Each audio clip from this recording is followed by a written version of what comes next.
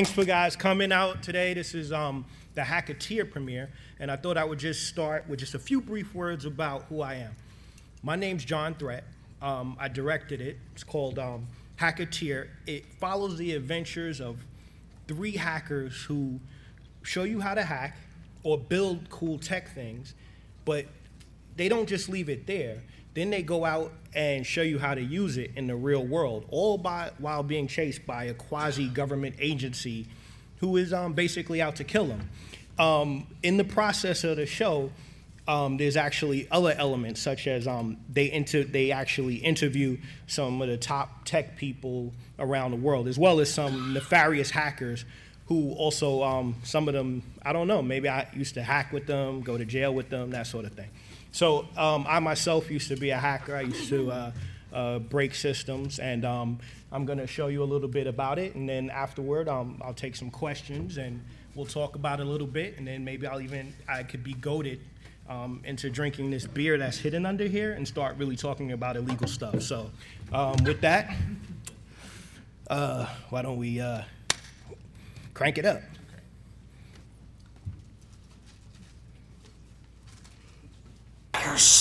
Then I'm gonna have to get out of this fucking chair and join myself. Second. Yeah, you're not getting it.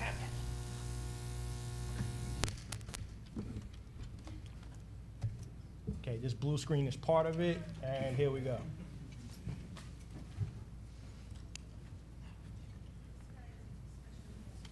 Nerdy shit out of stick hackers.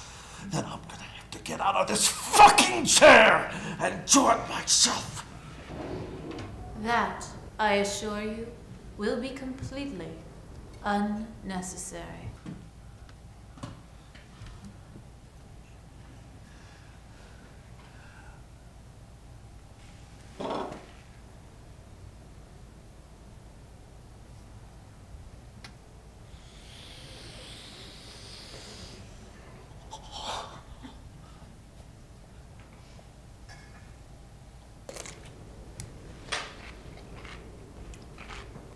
Just between you and me, what is it they're after? I don't know. Yet.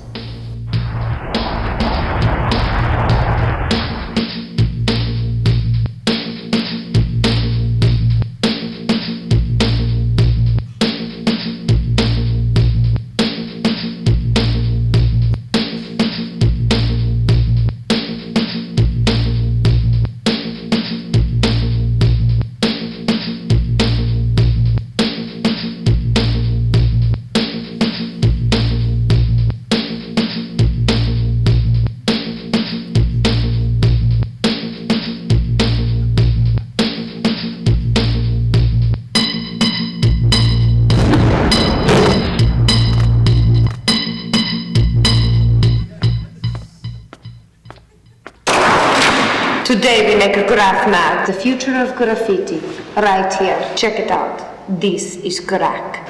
To make one you need, number 1, an assortment of LED lights. Number 2, lithium batteries. Number 3, rare earth magnets. Number 4, tape. To hold the whole shit together. Take the LED and attach them to battery. Next we attach magnet, then we put tape. Graph mag. You've invented the portable light bright. Well done. Now you can throw your tags up and express your proletariat angst on the metallic structures of the bourgeois without destroying the environment via CFCs from a spray can. Let's rock.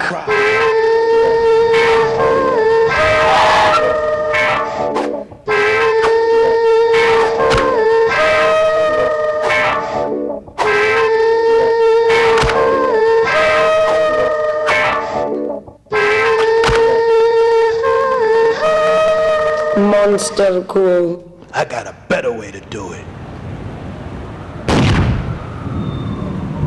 Shoot them, if you got them. I say, let's abscond, shall we?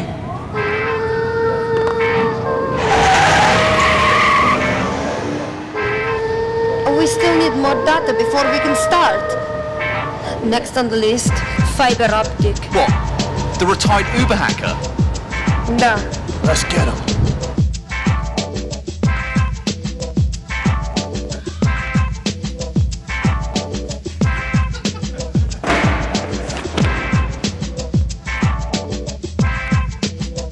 Tell us what this hacking shit is all about. It's an idea that information about technology should be accessible to anyone who wants access to it. Anyone who believes that they could take that technology and use it for some positive goal is a hacker, and this activity is hacking. Why the nom de plume of fiber optic? When I first chose to handle fiber optic, it was an up-and-coming technology most people had never heard about. And that's how I saw myself, as representing something that was on the cusp, on the cutting edge. In some circles, you are elite hacking guy. There's certainly others, but I would definitely consider myself among them. Are you a good hacker or a bad hacker? Hacking is a skill that can be used for good or bad, and it really depends on the intentions and the motivations of the person who uses the skill. Is there some kind of hacking ethic? And what do you think of it? There were those of us who adhered to a higher ethic. Once we identified what our skills were, and that they did come with an obvious amount of responsibility. Have you ever done any real hacking? I mean, the genuine stuff, not the mamby-pamby-poncy, oh, I defaced a website in the name of extinct pandas. No, but the real hardcore stuff. Real as in illegal? Come on with it. The thing to remember is early on, when we first started gaining access to systems that were not ours, this type of activity was not illegal. There were no specific computer crime laws per se. In your experience, what country has the best security? I could easily say from personal experience where the worst security is, and that's probably in Asia. Western Europe is certainly a lot more advanced when it comes to security.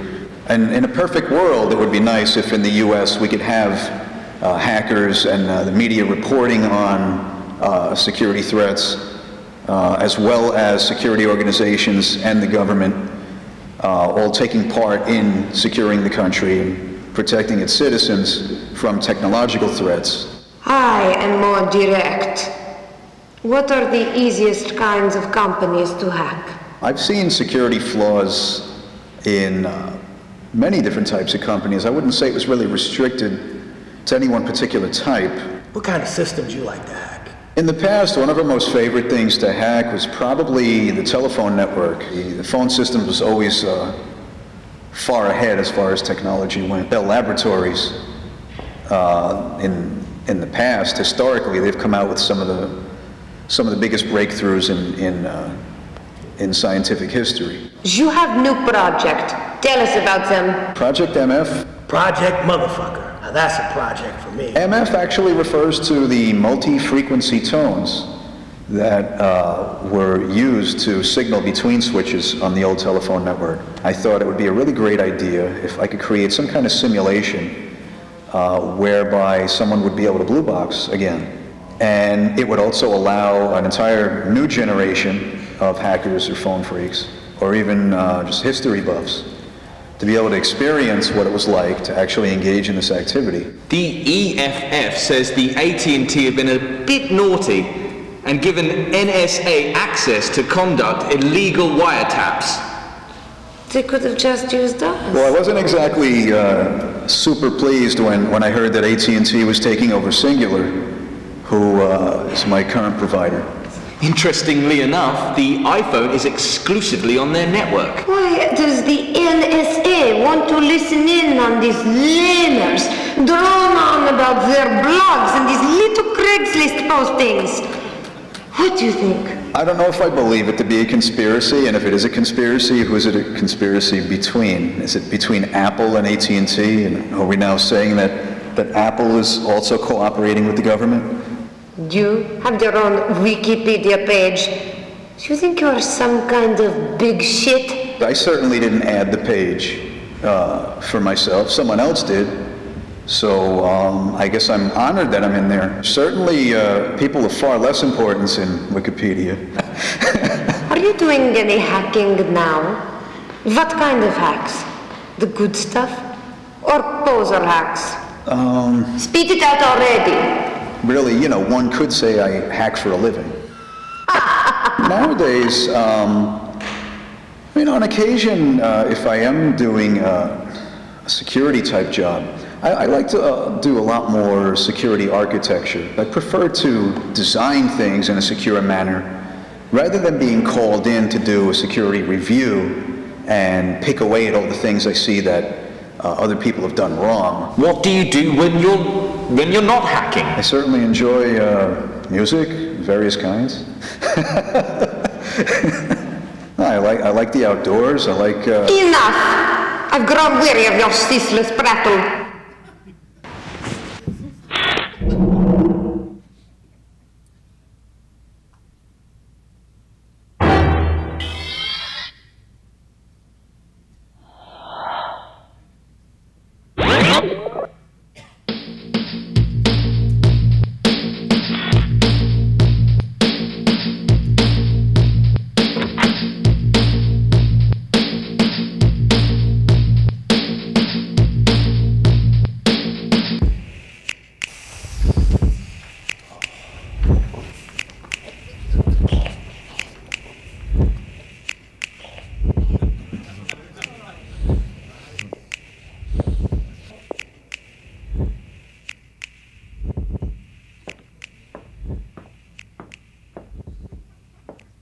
Good day, Mr. Palisades. Oh, Miss Drew. Please. Have a seat. I understand you have something for me.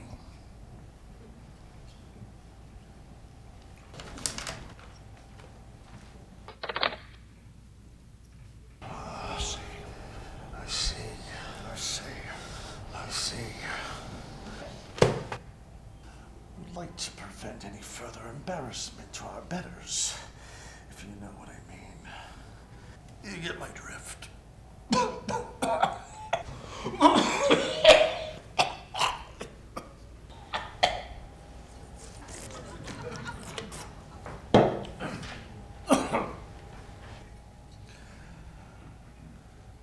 want you to catch those Hackateers at any cost.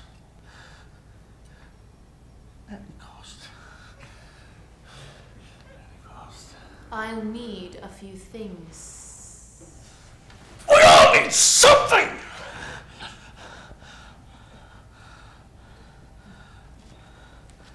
I'm gonna send you to see a man. This man will get you what you need. Results. That is what I need. I'll get lost.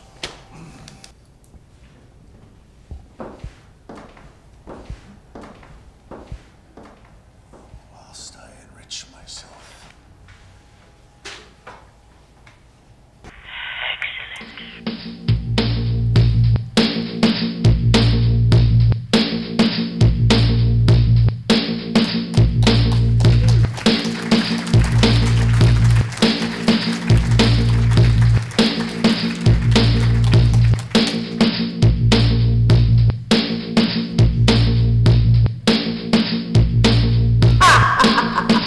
Fucking poser.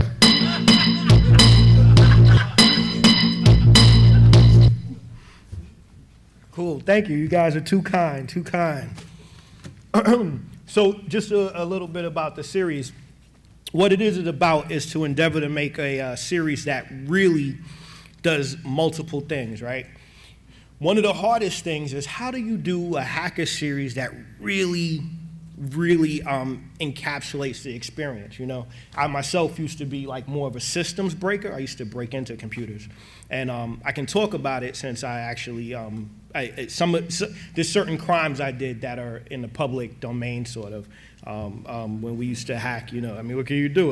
We did time for it. But one of the things is, you know, we broke systems, you know, the 3-letter agencies. I remember in particular, one of the networks, what was it, the NSA, right? The NSA was hidden on this network that we got access to, it was listed as a fishing company because the host system was Dockmaster. But it was listed as a fishing company, but we thought it was odd that generals were logging into a fishing company. Like, I know they have varied interests. And sure enough, we looked in there, next thing you know, NSA, boop, jail. So that's a logical course.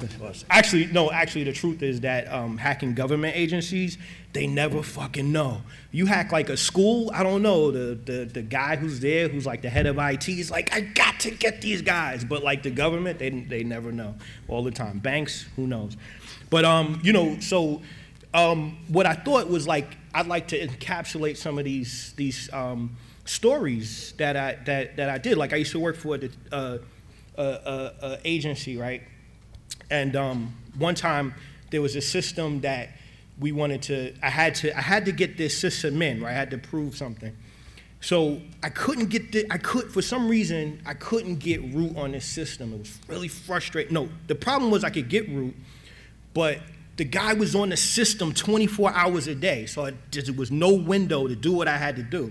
So what I did was I issued I checked the email and noticed that there was a female employee there who he liked and had a crush on. So I sort of issued as the user, and I chatted to him over a series of days, and convinced him that I was interested in him, and and needless to say, I mean this is for the craft, of course. I was able to get him to masturbate over chat on the Unix, and needless to say, he let me do anything I wanted to do. So I was there, woo, there you go, Etsy Shadow, thank you. So like, but the point is that like there was all these stories from years of sort of breaking computers, and in the next phase, working for detective agencies and stuff. I've even had some friends that work for Ram Bam that was talking right there. Excellent talk over there, excellent talk. And I myself work for a detective agency. So, but the point is though, that wanted to find a way to bring all that in. Like, you've seen movies like, what was it? I actually like Swordfish. But it's a lot of bullshit. Like they go in, the person goes in, and they're like, this is just not a computer with 10 screens. No, it has an OC3 uplink, and it's like, that's bullshit. Like, this. I remember, anybody here remember they used to tell you like, oh, I've got a 96,000 baud modem, you only have a 2400 baud modem, you suck, dude, you're gonna get caught, because I hack faster at 96 baud. Like, that was like total bullshit. But actually, I think that did kind of, well, no, what I used to do was, I started hacking on a Commodore 64, right? So I didn't really have like a buffer per se. So what I would do is I'd hook a VCR up to the television. So I would just cat like every file on the system, and then I would just use the remote to go through it looking for passwords. Ah, there we go, seriously, man. So like that would be my thing. But I figured, let me take that and put that into this series. And then also too, like a lot of times you go to talks and you see these tech guys, and they're great. I mean, they're demonstrative when you're talking to them one-on-one and so passionate. And then when you see them in an interview, they're like, because the interviewer usually doesn't even know what to ask them about hacking. Like I plan to ask, we have Vint Cerf in another episode, and I'm planning to ask Kevin Mitnick to be in it, which should be tough because I know some things about Kevin that I don't think he wants you to know back from the hacker days, but that would be a great interview for him to take part here. So one of the things too is that the other angle of the show is to sort of get young people involved in technology, and also sort of not necessarily like the naughty hacking, although is it naughty hacking, but naughty hacking of system penetration and stuff. I mean, that stuff's cool if you really want to live on the outside edge. There will be people who do that, but there's a lot of, positive things you can do, both coding, not really defacing websites. I'm actually really down, I think, as you could tell from watching the series. It's it's just, I'm sorry, it's a personal thing. But the fact remains that you know, there's so much that could be done. So this show sort of shows you how to build different things. Some of the stuff I picked the LED graph mags, which is really LED throwies, and actually Graffiti Research Lab is the team behind that are the ones that developed it. But we have some unique ones. We show you how to build like a floating video camera that's in the back of your car and it goes up and stuff, so you can see the traffic all the way down. It shows you, and each show shows you different things. Like for instance, they threw the graph mags, but then, you know, he fires it from basically, you ever seen those spud guns? Anybody familiar with spud guns? So the show will teach you how to build it, but a much cooler one with, you know, a lighted trigger, and then they actually built like a remote trigger for it, and then they mount it to their car and use it to shoot the feds. So, you know, although that part didn't really happen, but, you know, that's a little embellishment. But basically, that's the thrust of the series. And that everything actually works. Yeah, and that everything actually works. And then, you know, and then also too, like, and then one of the things I struggle with is like gray area stuff. Like, you know, like for instance, it's really easy to spoof caller ID on VoIP. Very easy.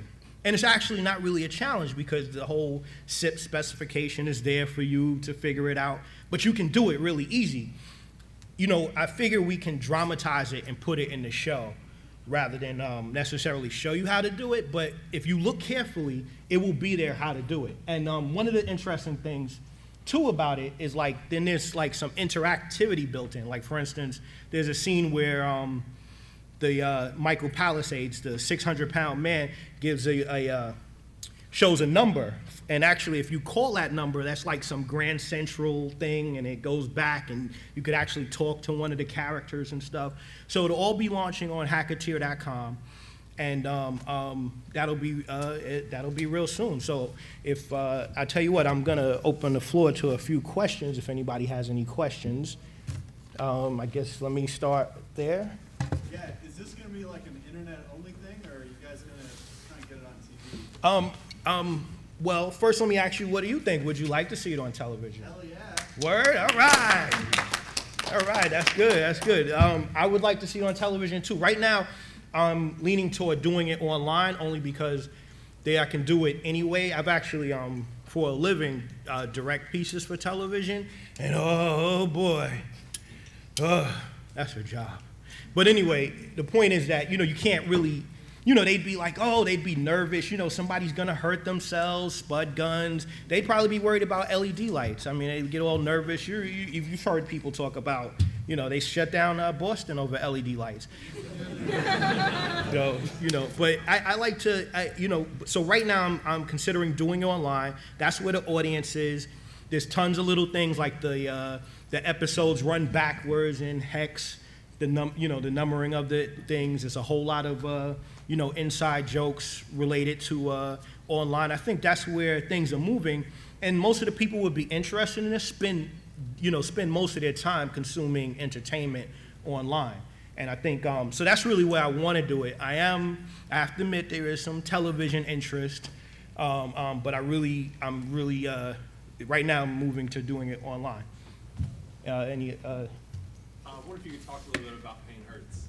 Pain Hurts. Oh yeah. Okay. So I play Pain Hurts, which is just so you know, anybody who knows me knows I have this really minuscule ego. But the point is though that I put myself in it to sort of blur the line. Like the idea of the series is sort of blur the line. Who's a hacker in it? Who's not? You know, all the characters in their bios have been to jail, but who's to say they haven't been to jail? There'll be people in there who are actors and that you'd be surprised who are actually notorious international hackers who have broken not only banks, but governments and brought them to their knees. And they'll be in there in episode 3 or 4. So look out for them. So, sorry. But, you know, and hopefully nobody currently on the run. But the thing is though, that, you know, so, but I'm Pain Hurts, which is obviously like a little play off of, you know. Off PhD, right? Yeah, PhD. So that's what he signs next to the Linux Penguin, which they do with the graffiti lights. So that's what's up. So my character, part of it is though, my character actually doesn't say that much. So that's how I keep my ego in check in doing this. So any other questions? Let me see, right there. Is that the actual runtime or will it be longer? Actually, the episodes are shorter. I put this together specifically for Hope, just so you can see sort of the breadth, and I put like the, you know, like for instance at the end, that's a hacker called, Chris Goggins. Chris Goggins, who is debatable whether he is an informant or not. But the point being though that, you know, it's an inside joke for people who know who he is and stuff like that. So, and actually, so but the runtime's actually shorter. And but there's like multiple episodes, so there'll be narrative element and hacker element, you know, story element, hacker element, adventure element, and then there's a interview part. So it's actually a weird hybrid of things. All right. Right. Do you use union actors, or do you get a waiver for this, or how does that work? Since I work doing film production, I have actors who actually have some celebrities who are going to be in it too, like actors you've seen and stuff. Like I know a bunch of people, like from working in film production, I know actors, you know, some of them owe me favors, you know, some of them are waiters. So, you know, I just, you know, a waiver or whatever. No, but you know, anybody usually who works for me, they get paid. But for the most part though, like we're using both actors and most of the people are actors, and I'm trying to keep the universe sort of real, so like you really feel pulled in. And it's actually a challenge because the hackers are a little goofy, as they should be, and the other people are so weighty. They have so much gravitas, and yet it's, you know, transfixed with like, why are these goofy guys like totally, you know, skating the government? I mean, one of the things is when I got busted, we actually knew they were coming. But, you know, at the age we were, like, where was I going to go? Like, what was I supposed to do, run away and live my life? Like, I love my mommy. So, you know, we just stayed and watched them come. All right, take me away. Big deal. But that's how I got on the cover of Wired. I worked for 60 Minutes doing consulting and stuff like that. Although back then, I looked a lot the same. Ooh, okay. So, and actually, that's Chris Goggins right there when he was younger. That was back in the hacker days. So, but that's the deal. So we have, you know, obviously there's a release form and all of that. And actually, it's not shot in HD. All the other things shown here at the conference, they get on the podium. This was shot in HD. Like that means something. Like, oh, big deal, you shot on HD. This thing was demonstratively not shot on HD. It was shot on a very cheap camera, but I do film production, so I guess it's cheating. So that's what's up. Any? Good luck. You have a nice little product piece with a lot of sex appeal. Oh, cool. So which girl do you like? I like women with accents. So. And I was gonna say that. What I would like to know is that I've seen a lot of online content creators be putting social network components behind their television show to kind of help demystify some of the things. A big example is Epic Foo out in California. They have a great 3-minute contingent, and they have a lot of different topics within it, and then you go to their Ning profile, and they completely demystify everything that they've talked about. Are you planning on doing that? And are you planning on trying to enlist like hackers throughout the world to become part of the show? Good question. Let me ask you this. Do you like, when you watch a movie, do you like to see how they made the movie before they make it?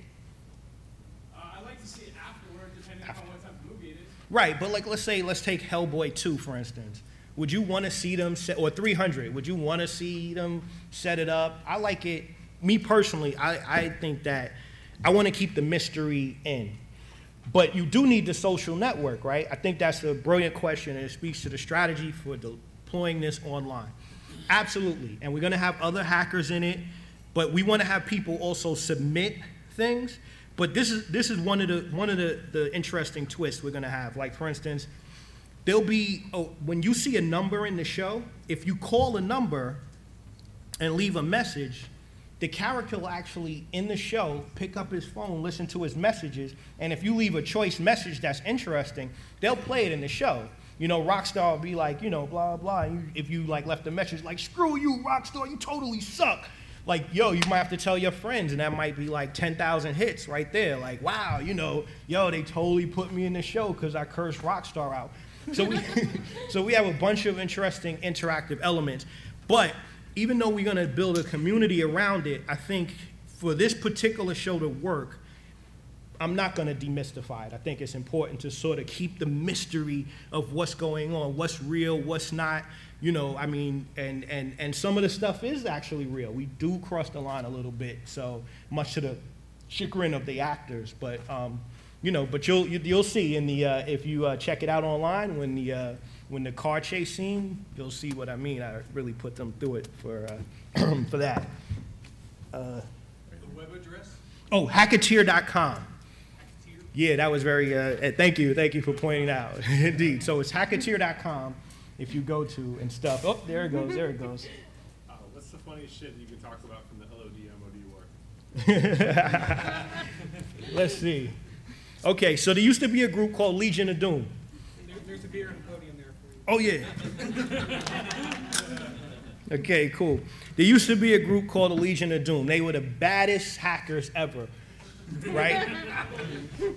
I used to, I had started hacking, and a lot of people here who come from that time period probably remember.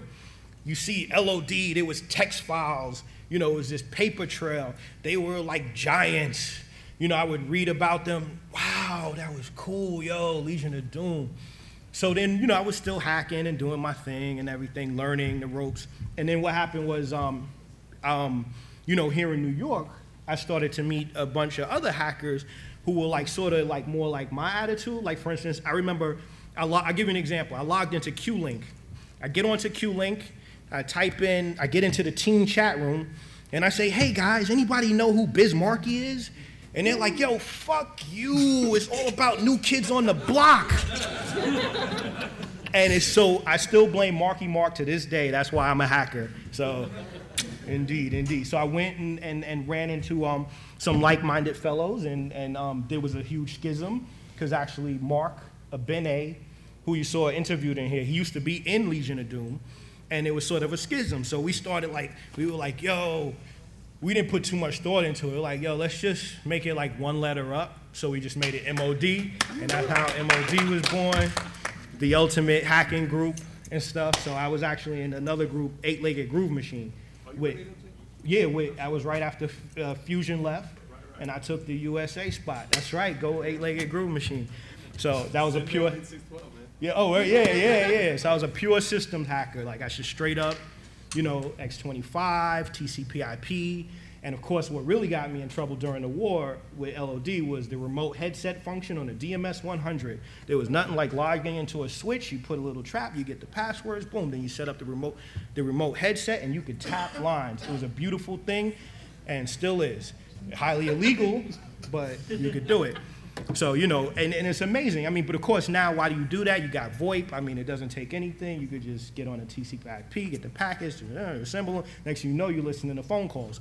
However, back then, it was a really elite thing to control the switches, you know, and to control the entire hierarchy. And that was actually one of the things. We had controlled every RBOC and stuff, and actually there's a, if there's another MOD member in the audience, can you raise your hand? All right, right there, so he can verify it. I know it may not count since maybe he's lying like me, but we actually, we controlled every RBOC. That is not a lie. You can go look on our, on the PSI stuff and all that stuff. So that was our thing. So what happened was we got into a big row with them because Chris Goggins felt like the legacy of LOD is now in jeopardy. So we got in this huge argument and stuff, and we got on the phone, and they're like, yo, you're a wiener, no, you're a wiener. Although he used harsher terms than that, believe me. But the point was that we wound up in a battle. So the battle was totally lopsided. Totally lopsided. They had no skills. It was like the emperor laid bare. Unbelievable. If anybody here remember QSD? QSD and Altos chat in Germany. Right. So this is their attack. They logged into QSD. It's a chat system.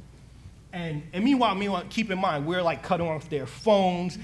I'd set up like a VAX, right? And it'd have like a bank of 10 modems, and I have a script that would, because like cutting off your phone is harsh, right? It's like a reality wake up. You get up, the phone's dead. But that's not humiliating. What's crushing, what crushes a man, and I've done this, I've experimented, so I know, is imagine your phone ringing 24 hours a day, 7 days a week, and you don't know what number's calling you. It's just 10 modems, just ring, bring, bring, bring. You can pull it out, you put it in 2 days later, bring, bring, bring. Bring, bring, bring, bring, bring. Yo, I was killing them. That was my favorite trick. My favorite trick. So we got into this battle, but their idea of battle was they would get on QSD, and remember it was like there was like 42 slots, right, for chatting. This was off of Minitel in France, right? 42 slots. So what they did was filled up each slot. They filled it. They connected to the 42 slots. Actually, they left one open so you could log in, and you would see every single name was like our name. Like Mark Abene is a no-gooder. John is a dick. And it was like, dude, like, are we fighting a war, or is this like schoolyard rules? Like, anybody could do that. Like, you know, they wasted like a perfectly good mux doing that. They used a mux to make 42 connections. Wasted it. But here's the thing.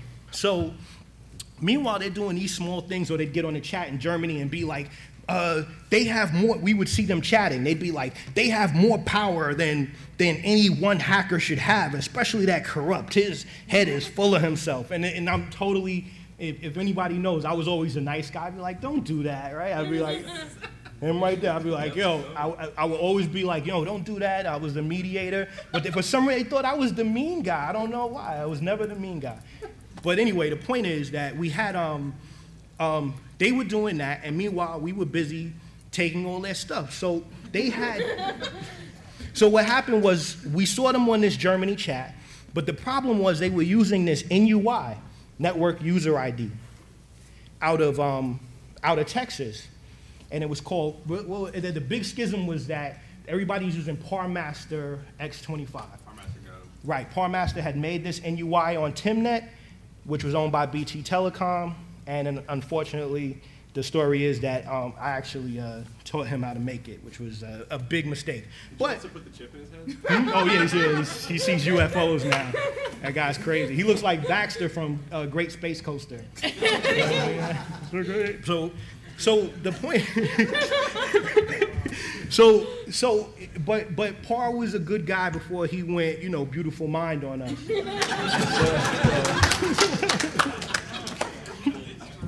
Sorry, dude. But so we had so here it was.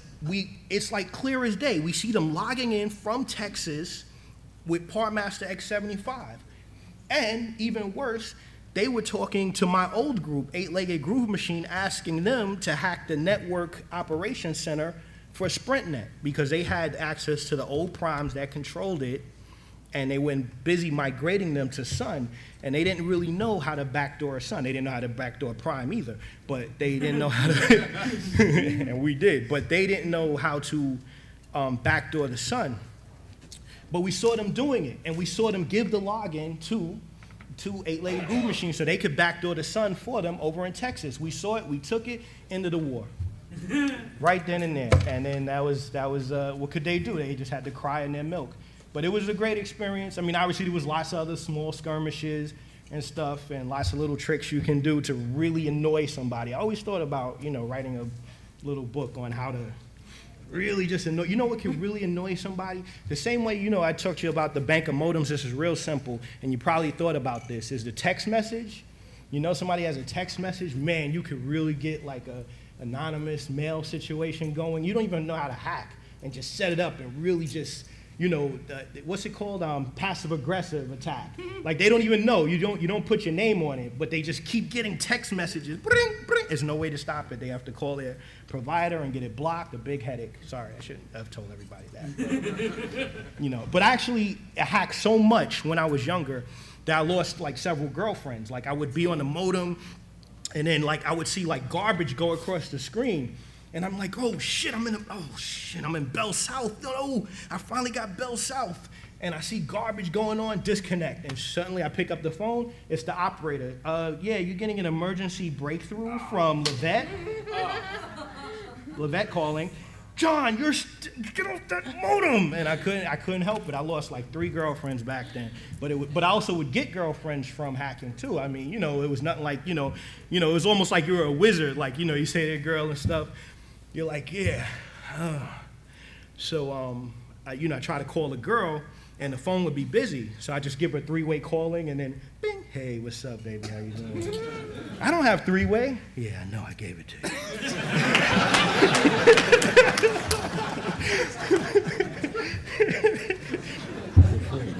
you. So, like, that would be, you know, next thing you know, boy, that was a date right there. You know, little tricks like that, turning pay phones into real phones, you know, boom. It was like a Wizard of Oz. Those were the days. Those were the days. But now a lot of the telephony stuff is, you know, they really come down, you know, hard on you. Were you on Belcourt? I mean, I really can't talk about Belcourt. Right. It's interesting. You'll see stuff in the story. I don't know if you saw it during the interview where Mark, we're going to play off of it too, like different, when other people bring things up. I mean, there's obviously some things I can talk about that, you know, with public domain, some things I can't. Some things I can't. You never know who's here. I mean, Steve got pulled out last year. Who knows? Shit, I saw a narc at the Blarney Stone. I was there. I was like, oh, shit, come on, man. I know you're not here for me. But he didn't know I was talking to you guys like this. It's printed in the program. Yeah. So any other questions here? Any other? Are any of the episodes going to have some of the humiliating practical jokes that were played on the other side during the hacker war? Absolutely. You're going to see some amazing stuff in there. Was there a question? Yeah. Yeah. In the very last act, Mr. Palisades, the large fat government fellow, was presented a CD. Are you intending to release the 28-minute scene on the cutting room floor explaining how that goes into the computer, how to open it, double-click the video file, or anything like that, bloopers? I do plan to put out bloopers, and Nubian actually suggested, actually, can I just introduce 2 people? This is John Nubian. He's done the music on it. And this is Victoria, who I've known for a long time on the Hackateer, and she totally has given me amazing feedback and helped me to shape Hackateer into this cohesive thing. And this is actually the first time we've actually met in person. I've known her for years, just on the chatty chat and stuff. So Nubian suggested that I actually open source parts of it. So that's something I couldn't do if I do it on television. Imagine if, you know, you could open source a little bit, people could do mashups and stuff, it would be kind of cool. So, I mean, it's something to think about, but definitely there's some amazing bloopers with Mark Rako, who plays the heavyset government agent, and there's also a lot of there's a couple of wardrobe malfunctions that, hey, I got the release. You said that waiver, right? You mentioned that waiver? That's good for that. Cool. Let me think. Is any other questions about old hacking days that I can? I just want to ask, what was the first HackerCon you went to, and did you go to? This is my first HackerCon. I've never been to a hacker convention before. Never. And it's the first time I came here to talk, and I thought it was only fair to not just screen it, but actually talk a little bit about hacking, since I broke so many systems. And not to put anybody down, but I'm not into like hacking food prices or anything. Nah, dude, like I'm into like hacking for real. Like that's the real stuff. That's why I don't do it anymore. But This is our first hacker convention, but it's been great. There's been some great talks and stuff. You know, I have to elevate everybody, and I want to thank Eric Cawley for having me and stuff, and all you guys for coming in here to check it out. It's been very cool and stuff, and definitely hope you guys, you know, check out the series. Any more questions before I wrap it up? Anybody? Can I? Oh, wait, I see a couple more. Wait, over there. How are you getting funding for the show? Funding? Right now, I'm just doing it out of my pocket. That's the best way to do it. So, a fool and his money is soon parted. But if anybody's interested in jumping on as executive producer, definitely come and talk to me. It's always a room and entree into the business, and that's the easiest way is to. Did I see a couple of the main characters had swords? Oh, well, I mean, well, yeah. Yeah. But this is taken from real life. I mean, come on, dude. Look around you. I say about 50% of the people have like a shuriken at home or something. Come on. I mean, that's part of the culture. It's like cool, man. It's like they're kind of like part anime. You know, those are like authentic Russian aviator glasses on core. You know, I mean, that's part of the thing. And it was also, you know, cheap on eBay. So, but yeah, no, I mean, and actually they have a cool way of fighting. They when they fight, you know, they're not really like trained, like they don't like just break out like some Brazilian jiu-jitsu or anything, but they do like a cool swarming move on their enemies that when you see it, it's gonna be awesome. It's very nerdy, but at the same time, you'll be like, yo, is there a class in that? Like, yo, I gotta take that, like locking it up. It's gonna be kind of cool. But Rockstar carries a sword sometimes. Not all the time. They have different weapons. They also have, you know, they make weapons, all types of stuff. Some you make. Oh, here's one episode that I have not shot yet. They show you how to make, they build on the LED thing. If you take, like, let's say those ultraviolet LEDs, they take a bunch of ultraviolet LEDs. You can make like a mask and you power it up. Man, you walk past a video camera, you just look like a bright light like this. Like, it just looks like, it's like almost like an angel walking by. Totally cool, and it's a good way to get past security. They don't know, but the person looking at you, they don't even see it because you won't even see it like visually when the lights are on. Instead, if you stare too long, it might burn a hole in your retina. But you know, other than that, boom, you walk right in. But they show you how to do. I mean, that's one example of like a gray area thing that they do because it's like, it's very cool, and it's like, wow, somebody thought of that, and nobody, and that's one that's not like in the public. I don't think you can even Google for that, but Oh, will you? Is there a release date yet for the first episode? It's going to be in this is July, August. I'm finishing production on something else, and then I'm going to turn my attention to putting this out to the masses. What else do you work on? Various projects. I had a film in a Tribeca Film Festival this year, which was very cool and stuff. Lots of free liquor. No more open bars, kid. No more. That was too much. But it was very cool, and I do, you know, stuff for Stars or contract work director for Stars and various other places. And Oh, 4 minutes? Oh, wow. I talked the whole time. I never knew I had this much to say. Unbelievable. So, I work on various things, music videos, all types of stuff. And actually, maybe this is the time I can give you a site. If you're of a mind, you can go to mediathreat.com or johnthreat.com, and you can see stuff I've done, you know, when I'm directing commercials or just fucking around or sometimes making stuff or hints on how to spoof VoIP caller ID, like just little touches like that, mobile tricks, things like that. So if you're of a mind, you could go there. It's kind of personal. Or you could find me on Facebook or whatever. I'm totally in the open, and you could just say hello and, you know, join the Hackateer group and say what's up. But, you know, if you're interested, definitely check out the site. And also, there'll be T-shirts for sale on the site. I don't have any here. Somebody has one. Actually, could you stand up for a second, miss, please? My friend right there has a nice Hackateer T-shirt there. You can order them on the website. They come in black and they come in white. Hackateer logo. You could be the joint. You know, it's sort of like Mickey Mouse. Remember the Mouseketeers? Anybody here remember that? No, everybody does, because they got like the new Mouseketeers. I'm actually in the middle. Like, I was way too young for Annette Funicello, but also too old for Britney Spears. Yeah, so you know, I had to, my thing was like Josie and the Pussycats. That's who I had a poster on the wall of. Ooh, Valerie was my girl. So that's about it. I guess we should wrap it up. I don't see any more questions. So thank you so much for coming and staying. I hope you found it entertaining. And it's great. Thank you so much. Indeed. Enjoy the rest of your time here at Hope. How was it?